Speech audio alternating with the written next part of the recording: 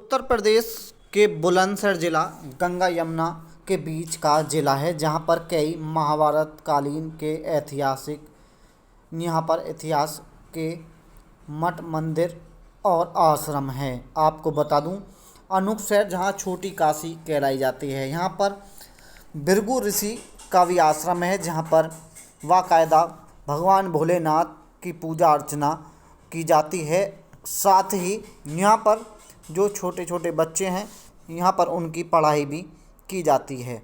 बताया जाता है कि भृगु आश्रम पर यहाँ पर तपस्या कर कर यहाँ पर बहुत लोग आए और बहुत साधु संत यहाँ से चले गए। यहाँ की मान्यता है कि भृगु ऋषि ने यहाँ पर तपस्या की थी और भृगु ऋषि का जो आश्रम है, यहाँ पर अब भी जो साधु संत हैं तपस्या करने के लिए बुलंदशहर के अनूपशहर छोटी काशी में आते हैं। यहाँ पर भृगु आश्रम है, तपस्या के लिए एक स्थान बाकायदा बनाया गया है, जहाँ भृगु ऋषि की मूर्ति भी लगाई गई है। बाकायदा भगवान भोलेनाथ भृगु जी की एक प्रतिमा है, राधा कृष्ण का मंदिर है और जो एक हॉल बनाया गया है, उसमें जो दूर दूर से साधु संत आते हैं वह यहाँ पर तपस्या करते हैं। भृगु आश्रम पर रह रहे साधु संतों ने जानकारी देते हुए बताया, यहाँ पर जो भी मन की मुराद मांगता है वो अवश्य पूरी करता है और यहाँ पर गंगा जी नहाने के बाद भृगु आश्रम में दर्शन करने के लिए आते हैं और यहाँ पर सुख शांति काफ़ी मिलती है। दूर दूर से लोग यहाँ दर्शन करने के लिए आते हैं। यहाँ उमा भारती भी यहाँ पर कई बार आ चुकी हैं और कई बार वो यहाँ पर आकर रात में विश्राम भी किया है। बड़े बड़े नेता, बड़े बड़े साधु संत भृगु आश्रम पर आते हैं और तपस्या करते हैं। 108 साल के एक महापुरुष ने भी यहाँ पर तपस्या की थी और लगातार यहाँ पर जो एक गुरुकुल बनाया गया है और एक ऐतिहासिक पेड़ भी यहाँ पर है, जिस गुरुकुल में छोटे छोटे बच्चे जो बाहर से आते हैं उनकी पढ़ाई भी कराई जाती है। आपको साधु संत जो भृगु आश्रम पे हैं उनकी जवानी क्या कहना है भृगु आश्रम के बारे में।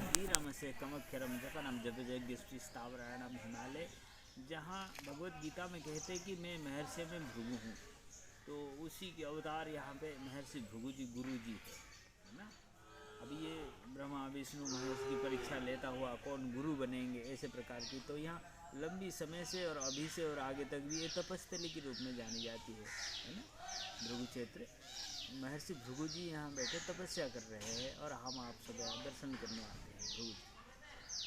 तो और क्या क्या कहाँ के लोग आते हैं, क्या मान्यता और है? मान्यता सारे दुनिया भर के हैं। सप्तर्षि होते हैं, 7 ऋषियाँ होते हैं, 7 ऋषियों के अंदर महर्षि भृगु जी है, ये सप्तर्षि के अंदर आएंगे है ना। अब भृगु जी के बारे में जिसको पुराण शास्त्रों से पढ़ के मालूम है वो अपना ज्ञान कर पाएगा है ना। भृगु स्वयं भगवान है और भगवान की छाती में ये लात मारते हैं ना, विष्णु जी की शरीर में मारते हैं। इसी के आप यह छोटा काशी भी है, सदा महादेव यहाँ सदा निवास करते हैं। भृगु क्षेत्रस्थ कल्याण द्विज पुत्र रुज परम यंत्र योगा लहनिते वासुदेव नमस्तुते। तो कृष्ण भगवान की वास होती है इन बच्चों के अंदर। एक गुरुकुल है, इसी गुरुकुल में जो कोई अध्ययन करते हैं उन बच्चों को वो अपने गोपाल कृष्ण राम कृष्ण ऐसे नाम लगा के अपना सरनेम नाम लिखेगा, आगे जाके कथावाचक व्यास। और ब्राह्मणों की यहाँ ब्राह्मणों की भी ज़्यादातर की पूजा होती है, क्योंकि ब्राह्मणों को तो बचाव करने वाले भृगु जी रहे ना, नहीं तो ब्राह्मण समाज ही कहाँ रहती फिर ऐसे बता में। और साधु संतों के समाज में सबसे बुजुर्ग माने जाते हैं महर्षि भृगु जी, वह वृद्ध माने जाते हैं। तो उस तपस्थली में आप सब आए हुए हैं। अरे गंगा जी भी है, गंगा जी की ये गर्भस्थान है, तो यहाँ स्नान करने का सबसे बहुत बड़ा महात्म्य रहती है। बहुत बड़े बड़े तपस्वियाँ तपस्या करके गए हुए और कुछ अभी भी कर ही रहे, कुछ दिख रहे हैं और कुछ गुप्त रूप से है। जो कोई तपस्या करता है तो उसी हिसाब से उसको प्राप्त होती है आशीर्वाद। ठीक है। अभी कब से आप बाबा जी रह रहे हैं गुरु जी यहाँ पर? आप कब से यहाँ पर? हम तो हमारे यहाँ पूर्वज थे पूर्णानंद जी महाराज जी है ना, उसके उपरांत हमने फिर शिवानंद गिरी जी आते हैं। 2013 में हम आए, उसके बाद शरीर उनकी पूरा हो जाती है समाधि हो जाती है।